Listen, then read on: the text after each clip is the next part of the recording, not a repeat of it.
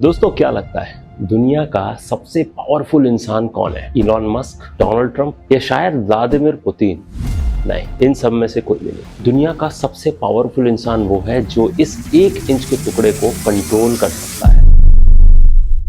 ये वो 1 इंच का टुकड़ा है जो आपकी जेब में पड़े फोन से लेकर आपके घर के फ्रिज, आपकी कार और आपके देश की हिफाजत करने वाली ब्रह्मोस मिसाइल तक हर जगह मौजूद है। इसे सेमीकंडक्टर चिप बोलते हैं। मान लीजिए सुबह के 8 बजे है, आपका अलार्म नहीं बजता है क्योंकि आपका फोन डेड है। आप कार स्टार्ट करते हैं, इग्निशन नहीं होता। आप सड़क पर निकलते हैं, ट्रैफिक लाइट्स ब्लैक हैं, हर जगह केओस, लोग चिल्ला रहे हैं। हॉस्पिटल में वेंटिलेटर्स रुक चुके हैं क्योंकि उनका ब्रेन, वो छोटा सा चिप, काम करना बंद कर चुका है। दुनिया 100 साल पीछे जा चुकी है। ये कोई फैंटेसी नहीं है दोस्तों, ये वो डर है जिसने आज अमेरिका और चाइना जैसी महाशक्तियों की नींद उड़ा रखी। वर्ल्ड वॉर 2 में दुनिया न्यूक्लियर बॉम्ब से डरती थी।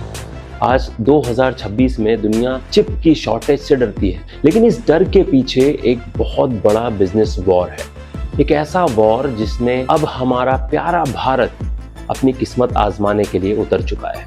इस वीडियो में हम सिर्फ टेक्नोलॉजी की बात नहीं करेंगे, हम बात करेंगे एक ऐसे धोखे की, उस जासूसी की और उस $1 ट्रिलियन गैम्बल की जो इंडिया खेल रहा है। दोस्तों, सवाल यह है कि अगर ये चिप्स इतनी ही जरूरी है तो हर देश इसे अपने घर में क्यों नहीं बना लेता? क्यों पूरी दुनिया सिर्फ एक छोटे से आइलैंड पर भरोसा करके बैठी है? क्या है उस आइलैंड पे?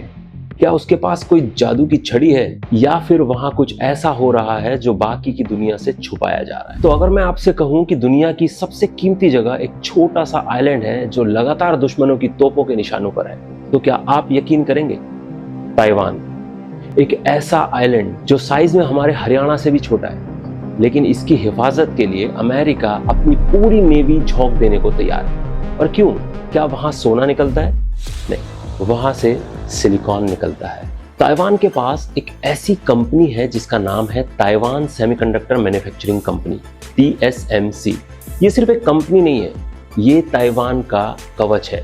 लोग इसे सिलिकॉन शील्ड कहते हैं। जरा सोचो, अगर आज चाइना ताइवान पर हमला कर देता है तो दुनिया के 90% एडवांस प्रोसेसर्स बनना बंद हो जाएंगे। एप्पल के आईफोन, एनवीडिया की AI चिप्स, यहां तक कि अमेरिका के अपने F-35 फाइटर जेट्स, सब कुछ ठप हो जाएगा। दुनिया की इकोनॉमी 1 मिनट में कोलैप्स कर जाएगी। इसीलिए ताइवान को बचाना अमेरिका की मजबूरी है और उसे हासिल करना चाइना की जिद। लेकिन आपके दिमाग में एक सवाल आ रहा होगा, इतना क्या मुश्किल है? एक फैक्ट्री ही तो लगानी है। यहां आता है असली सस्पेंस। एक सेमीकंडक्टर क्लीन रूम बनाना दुनिया का सबसे मुश्किल इंजीनियरिंग काम है। एक चिप पर जो वायर्स होते हैं ना, वो आपके बाल से 10,000 गुना पतले होते हैं। अगर एक डस्ट पार्टिकल उस मशीन के अंदर चला गया तो करोड़ों की मशीन कचरा हो जाएगी। इन फैक्ट्रीज में काम करने वाले लोग एस्ट्रोनॉट जैसे सूट्स पहनते हैं। वहां हवा हॉस्पिटल के ऑपरेशन थिएटर से 1000 गुना ज्यादा साफ होती है। सेमीकंडक्टर चिप्स को बनाने के लिए EUV मशीन चाहिए होती है। EUV का मतलब है एक्सट्रीम अल्ट्रावायलेट लिथोग्राफी मशीन। ये मशीन पूरी दुनिया में सिर्फ एक ही कंपनी बनाती है, जिसका नाम है ASML, advanced semiconductor materials lithography. 1984 में एस्टैब्लिश्ड ये कंपनी एक डच कंपनी है जिसका हेडक्वार्टर नीदरलैंड में है। एक मशीन की कीमत लगभग 3000 करोड़ रुपए है। अमेरिका ने यूरोप पर प्रेशर डालकर मशीन चाइना को बेचने से मना करवा दिया। इसे कहते हैं द ग्रेट ब्लॉकेड। चाइना के पास पैसा है, टैलेंट है, पर उसके पास वो मशीन नहीं है जो फ्यूचर बना सके। तो यहां आता है एक ट्विस्ट। जब चाइना को सीधे रास्ते से टेक नहीं मिला तो शुरू हुआ द साइलेंट सैबोटेज। ताइवान की कंपनीज में काम करने वाले टॉप इंजीनियर्स को चाइना ब्लैक होल की तरह खींचने लगा। उन्हें 3 से 4 गुना ज्यादा सैलरी, लग्जरी अपार्टमेंट्स और नेशनल हीरो का दर्जा दिया गया। रिपोर्ट्स कहती है कि चाइना ने ताइवान की चिप डिजाइन चुराने के लिए हजारों साइबर अटैक्स करवाए। ये एक ऐसी लड़ाई है जो बंदूकों से नहीं बल्कि कोड और हार्ड ड्राइव से लड़ी जा रही है। लेकिन दोस्तों, ताइवान और चाइना की इस लड़ाई के बीच में एक तीसरे खिलाड़ी ने भी एंट्री मार ली है। एक ऐसा खिलाड़ी जिसके पास दुनिया का सबसे बड़ा यंग टैलेंट है और जो अब असेंबली करने से ना थक चुका है। अब वो डिस्कवरी करना चाहता है। हाँ, हम बात कर रहे हैं भारत की। लेकिन भारत के लिए ये रास्ता गुलाबों से भरा हुआ नहीं है। हमारे सामने एक ऐसी चुनौती खड़ी है जिसने पिछले 40 साल से भारत को सेमीकंडक्टर्स में फेल किया है। क्या आपको पता है 1984 में, हाँ वही साल जिसमें मारुति सुजुकी ने अपनी 800 मॉडल लॉन्च की थी, उसी साल भारत के पास एक मौका था सेमीकंडक्टर का वर्ल्ड लीडर बनने का। हम ताइवान के बराबर खड़े थे। हमने चंडीगढ़ के मोहाली में SCL सेमीकंडक्टर्स कॉम्प्लेक्स लिमिटेड बनाई थी। हम 5 माइक्रोन के चिप्स बना रहे थे जो उस वक्त की वर्ल्ड क्लास टेक्नोलॉजी थी। फिर वो हुआ जिसने भारत का नसीब बदल दिया। 1989 में इस SCL फैक्ट्री में एक रहस्यमयी आग लग गई। सारे इक्विपमेंट्स, सारे रिसर्च और सारे सपने जलकर राख हो गए। लोग कहते हैं ये सिर्फ एक एक्सीडेंट था, पर कुछ एक्सपर्ट्स का मानना है कि ये एक इंटरनेशनल सैबोटेज था। दुनिया की बड़ी शक्तियां नहीं चाहती थी कि भारत जैसा देश चिप मैन्युफैक्चरिंग में सेल्फ सफिशिएंट बन जाए। सोचिए अगर वो आग नहीं लगी होती तो आज इंटेल, एप्पल और एनवीडिया के प्लांट्स बेंगलोर या गुजरात में होते, ताइवान में नहीं होते। हमने 30 साल गंवा दिए। लेकिन अब 2024 और 25 में भारत ने अपनी गलतियों से सीखा है। इस बार हम सिर्फ एक फैक्ट्री नहीं, एक पूरा इकोसिस्टम बना रहे हैं। लेकिन ये आसान नहीं है। एक चिप फैक्ट्री को एक दिन में करोड़ों लीटर साफ पानी चाहिए होता है। अगर 1 सेकंड के लिए भी बिजली गई तो पूरा का पूरा बैच कचरा हो जाता है और करोड़ों का नुकसान होता है, वो अलग। इसीलिए गुजरात के धोलेरा को चुना गया, एक ऐसी स्मार्ट सिटी जहां 24/7 अनइंटरप्टेड पावर और वाटर सप्लाई का इंतजाम किया गया है। टाटा ग्रुप ने यहां ताइवान की एक company TSMC power chip semiconductor manufacturing company के साथ मिलकर लगभग 1 लाख करोड़ का दांव खेला है। ये सिर्फ एक बिजनेस डील नहीं है, ये भारत की डिजिटल आजादी का एक ऐलान है। पिछली बार हमारे पास सिर्फ एक मशीन थी, इकोसिस्टम नहीं था। इस बार हमारे पास डिजाइन पावर है। दुनिया के 20% सेमीकंडक्टर डिजाइन इंजीनियर्स इंडियन हैं। इंटेल हो या क्वालकॉम, उनके चिप्स का दिमाग भारत में ही डिजाइन होता है। बस हम मैन्युफैक्चरिंग में पीछे थे, तो अब हो रहा है reverse brain drain. Silicon valley में बैठे बड़े बड़े इंजीनियर्स वापस आ रहे हैं। क्यों?